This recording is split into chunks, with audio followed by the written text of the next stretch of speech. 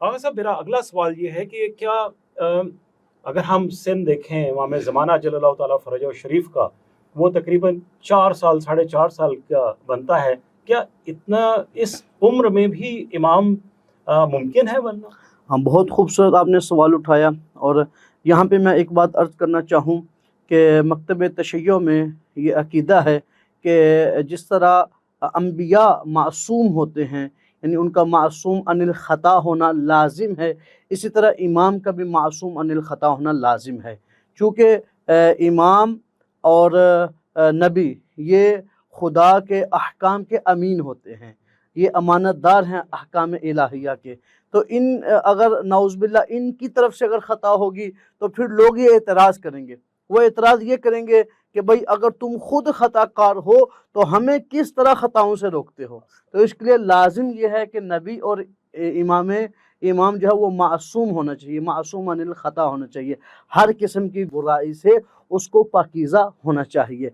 और ये तो मैंने बात की ज़िमनन। अब चूँकि आपको जो असल सवाल था कि क्या 5 साल का बच्चा या 4.5 साल का, बिल्कुल वो हो सकता है कि नहीं। तो हमारा ये अक़ीदा है कि अन्नबिय्यु नबिय्यन वलौ काना सबिय्या, अल इमामु इमामुन वलौ काना सबिय्या, कि इमाम इमाम होता है चाहे वो आलम बचपना में ही क्यों ना हो। और फिर अब यहाँ पे एक मैं अर्ज़ करता चलूँ कि हज़रत ईसा अलैहिस्सलाम वो उलुल अज़्म पैगम्बर, साहिब शरीयत पैगम्बर, साहिब किताब पैगम्बर और अल्लाह के बरगुज़ीदा नबी हैं। वो जब उनकी वालिदा माजिदा हज़रत जनाब मरियम सल्लल्लाहु अलैहि उनको लेके आई तो लोगों ने कहा या उख्ता हारून मा काना अबूकी इम्रा सौइन व मा कानत उम्मुकी बगिया। उन्होंने ये कहा कि ये तुम्हारे माँ बाप जो है वो बेहतर अच्छे थे, तुमने ये कौन सा काम किया। तो फ़अशारत इलैहि, तो उन्होंने इस बच्चे की तरफ इशारा किया। जब इशारा किया तो कुरान ने उसको इन अल्फाज में बयान किया कि वो लोग आगे से कहने लगे कालू कैफ़ नुकल्लिमु मन काना फिल महदी सबिय्या, किस तरह मुमकिन है कि ये छोटा सा बच्चा कलाम करे।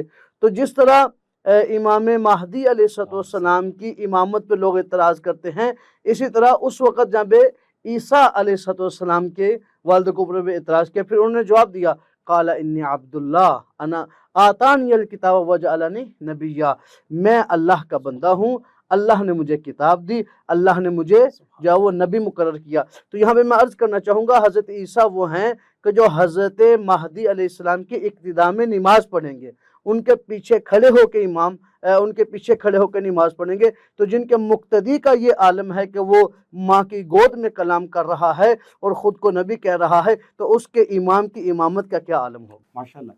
अच्छा आगा साहब, ये बताइए कि ये जो गैबत का फ़लसफ़ा है, ख़ास तौर पर गैबत सुगरा जो पहले कुछ अरसे के लिए हुई और फिर उसके बाद गैबत कुबरा है, ये इस तरह से क्यों हुई और इनके क्या इनके राज क्या हैं इसके पीछे? मशीयत इलाही में क्या वो अहम चीज़ें हैं जो इब्राहिम अमीनी साहब ने अपनी कुतुब में भी शामिल की? मैं चाहूँगा कि थोड़ा सा आप उस पर रोशनी डालें। खुदावंद मुतआल ने आपके वजूद बाबरकत को पुरसआदत वजूद को हमारी आँखों से ओझल किया, हमारी आँखों से हटाया। ये हमारी आँखों से वो जब हमें नज़र नहीं आ रहे, ये खुदा की हिकमत है इसमें। और खुदा की हिकमत इस्तेहकाम जो उससे खाली नहीं है, बल्कि खुदा की कोई भी काम है उसमें कतई उमूर दाखिल होते हैं, उसमें हिकमत होती है। अब अल्लाह की हिकमत को समझना, उसको इंसान की अकल में आ जाना, उसके लिए कभी तो होता है इंसान फ़ौरन समझ जाता है, कुछ चीज़ें ऐसी होती हैं वक्त लगता है, उसके बाद इंसान को समझ आती हैं। उसी में से एक इमाम ज़माना अलैहिस्सलाम की गैबत है। ख़ुद हज़रत इमाम जाफ़र सादिक़ अलैहिस्सलाम इरशाद फरमाते हैं कि हज़रत साहिबुल अस्र की जो गैबत है वो मजबूरन होगी और वो इस तरह होगी कि लोग जो गुमराह लोग हैं वो उसमें शक करेंगे। हाँ, ये जो गुमराह लोग हैं वो इमाम अलैहिस्सलाम की गैबत में शक करेंगे, गुमराह लोग। और जो हिदायत वाले हैं वो कभी शक नहीं करेंगे। क्यों? चूँकि उनको पता है कि ये सादिक और अमीन जो पैगम्बर आज़म है, जो सच बोलते हैं, उन्होंने ये सब कुछ इससे हमें आगाह किया है। तो जो हिदायत याफ्ता हैं वो तो परेशान नहीं होंगे। और जो सदर इस्लाम में भी कुछ लोग थे जो शक करते थे, ये उनके लिए है कि वो इससे जो है वो गुमराह हो जाएंगे। और फिर इमाम अलैहिस्सलाम से पूछेगा कि इसमें हिकमत क्या है, कि इमाम अलैहिस्सलाम की जो गैबत है इसमें हिकमत क्या है। तो इमाम ने फरमाया कि इसमें वही हिकमत है جو سابقہ حجتوں کی غیبتوں میں سے تھی۔ مثال کے طور پہ حضرت خضر اور حضرت موسیٰ علیہ السلام جب نکلے سفر پہ، تو وہاں پہ حضرت خضر علیہ السلام نے کچھ کام کیے جن کو قرآن نے جو ہے وہ یاد کیا۔ قرآن جن کو یہ کہتا ہے کہ انہوں نے کشتی میں سوراخ کیا، ایک نوجوان کو قتل کیا اور دیوار اس کو جو ہے وہ بالکل سیدھا کیا، تو حضرت موسیٰ اس پہ صبر نہ کر سکے۔ قال لم اقل لك انك لن تستطيع معي صبرا، انہوں نے کہا میں تو اس پہ صبر نہیں کر سکتا اور ہرگز صبر نہیں کر سکتا۔ اب دیکھیں وہ نبی خدا ہیں، لیکن یہاں پہ کچھ چیز غیب ہے، کچھ چھپی ہوئی ہے، کچھ راز ہے جس کا حضرت موسیٰ کو نہیں پتا، اور وہاں پہ وہ اعتراض کر رہے ہیں۔ اب اللہ نے جو قرآن میں حضرت خضر کے جوابات نقل کیے کہ حضرت خضر نے کہا کہ میں نے کشتی کو اس لیے اس میں سوراخ کیا کہ وہ اس کے ذریعے روزگار کماتے ہیں، وہ ظالم بادشاہ کے پاس چل جاتی تو وہ ان سے کشتی کو چھین لیتا، تو اس میں چونکہ نقص پیدا ہو گیا، عیب پیدا ہو گیا، اب وہ کشتی نہیں لیں گے۔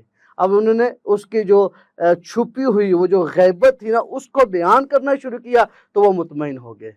ایسے ہی وہ دیوار کا، پھر ایسے ہی وہ نفس زکیہ کا واقعہ سنانا مقصود نہیں ہے، کتاب کی طرف آپ توجہ کریں تو آپ کو یقیناً اس میں جو وہ مل جائے گا۔ اور پھر اس کا موضوع غیبت کا وہ اللہ کے رازوں میں سے ہے، اسرار الہیہ میں سے ہے، اور اسرار الہیہ جو ہے وہ ایک وقت کے ساتھ ہی انسان کو سمجھ آ سکتے ہیں، اس سے پہلے سمجھ نہیں آ سکتے۔ تو یہ جو غیبت صغریٰ اور کبریٰ ہے یہ خود حضرت انسان کی طرف سے ہے، مطلب انسان کی آنکھوں کے آگے پردہ آ گیا ہے، پردے کی وجہ سے انسان امام کو جو چونکہ معرفت نہیں رکھتا نا، امام کی معرفت رکھتا تو پھر امام کو وہ دیکھ سکتا ہے۔